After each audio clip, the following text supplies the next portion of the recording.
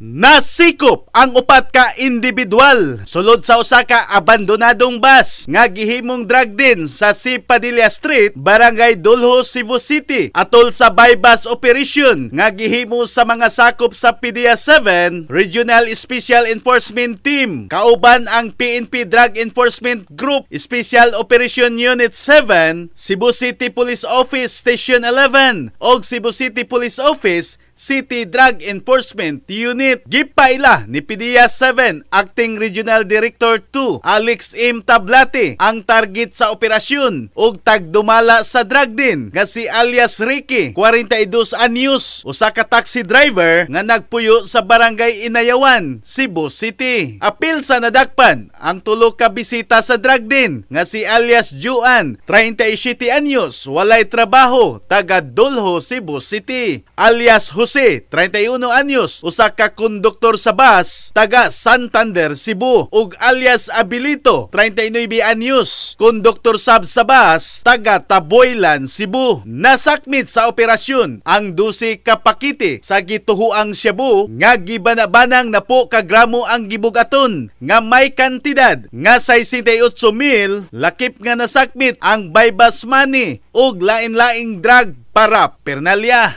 In the heart of changing lives, ako si Brigada Alan Tangkawan sa 90.7 Brigada News FM Cebu, the Music and News Authority.